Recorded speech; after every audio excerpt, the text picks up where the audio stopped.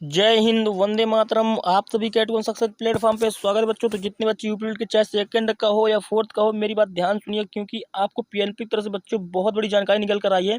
मैं सबसे बड़ी बात आपको सबसे पहले बता देता हूँ कि कोई देखिए इधर उधर की बातें नहीं करने वाला हूँ। मैं आपको सबसे पहले मोटा आप लोग के लिए रीजन बता दूं कि आपके एग्जाम के लिए बच्चों विलंब हो सकता है, ठीक है, और विलंब हो सकता है। लेकिन कहने का मतलब मेरा यही है कि ज़्यादातर तो नहीं, लेकिन 7 दिन शायद और विलंब हो सकते हैं आपके एग्जाम को लेकर, ठीक है। तो ध्यान से मेरी बात को सुनिएगा, कैसे क्या कारण है मैं सारी इस वीडियो के द्वारा आपको डाउट खत्म कर दे रहा हूँ, ठीक है। क्योंकि आज आप लोग जानते हैं कि 10 मार्च है, 10 मार्च को क्या क्या नोटिफिकेशन आए हैं, मैं सबको आपको डायरेक्ट बता देता हूँ, ठीक है। तो देखिए पीएनपी से मिली जानकारी बच्चों, एग्जाम के लिए और होगा विलंब, ठीक है। सबसे बड़ा पॉइंट यही है, डीलेड सेकंड एंड फोर्थ सेमेस्टर वाले बच्चे आवश्यक जानकारी जरूर लें, क्योंकि यहाँ पर आप लोग देख सकते हैं सबसे बड़ी बात यही बच्चों क्या है। 9 मार्च, देखिए 9 मार्च को जो अपडेट आई थी बच्चों, आज आप लोग जानते हैं 10 मार्च, लेकिन 9 मार्च को क्या अपडेट आया था मैं साइड अपडेट आपको बताता हूँ, ठीक है।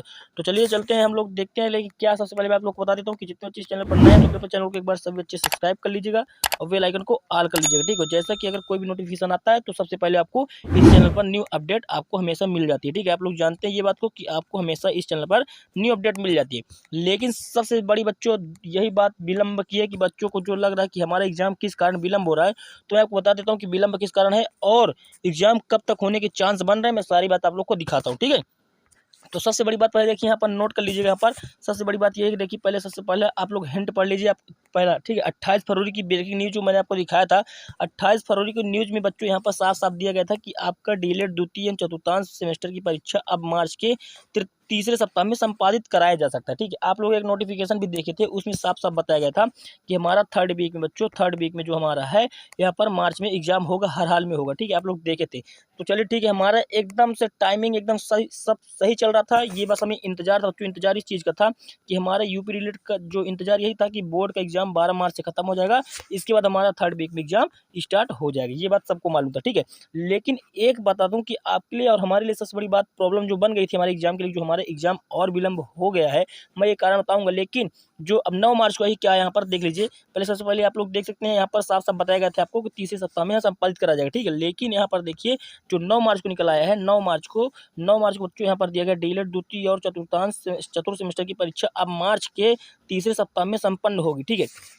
जैसा कि आप लोग यहाँ भी देख सकते हैं कि यहाँ पर भी बताया जा रहा है कि आपका तीसरे सप्ताह में आपका एग्जाम होने की बात कही जा रही है। लेकिन एक बात ध्यान रखिएगा कि आपका जो ये साइड बता रहा है कि आपका तीसरे सप्ताह में होगा, ये किस अनुसार बताया जा रहा है। आप लोग जानते हैं कि एक हमें नोटिस प्राप्त हुआ था पीएनपी की तरफ से बच्चों, एक हमें नोटिस पीएनपी की तरफ से प्राप्त हुआ था कि हमारा उसमें बताया गया था थर्ड वीक में एग्जाम हर हाल में होगा, ठीक है। आप लोग जानते हैं उसमें बताया गया था तीसरे वीक में आपका एग्जाम होगा। जहाँ तक सारे बच्चे, आप लोग सारे बच्चे जितने हैं सब अनुमान लगा रहे थे कि 17 मार्च से एग्जाम होगा। लेकिन एक बात बता दूं कि जो ये नोटिस है ये बच्चों, ये आपको बता दूं ये ऑफिशियल नोटिस नहीं है, ठीक है। क्योंकि आप बता दूं कि आपके तीसरे सप्ताह में एग्जाम होना बहुत मुश्किल है, ठीक है। आपका एग्जाम तीसरे सप्ताह में नहीं, जो ये है बच्चों ये ऑफिशियल कोई भी न्यूज नहीं है। आप लोग ये ध्यान रखिएगा, ठीक है। ऐसे आप लोग को काफ़ी मिल सकते हैं जब तक आपका एग्जाम नहीं हुआ। तो एक बात नोट कर लीजिए, ये आपका ऑफिशियल नहीं है। दूसरी बात आपको बता दूं कि हमारा जो विलंब का कारण है बच्चों, जो हमारा विलंब है बच्चों, किस कारण विलंब हो रहा है तो मैं आपको जरूर बताऊंगा। जैसे कि आप लोग देखें, हमें लगभग कि 5 को या 6 मार्च को हमें एक नोटिफिकेशन प्राप्त हुआ है जो यूपी बोर्ड की तरफ से, ठीक है, यूपी बोर्ड की तरफ से। उसमें सबसे बड़ी समस्या यही कि बच्चों उसमें यूपी बोर्ड में बताया गया था कि उनको 19 मार्च से 2 अप्रैल के बच्चों 2 अप्रैल के आसपास तक उनका मूल्यांकन होना है। और बता दूं उनके मूल्यांकन के लिए बच्चों 261 केंद्र बनाए जा चुके हैं। आप लोग जानते हैं उनके लिए सेंटर बन चुके हैं 261 मूल्यांकन के लिए।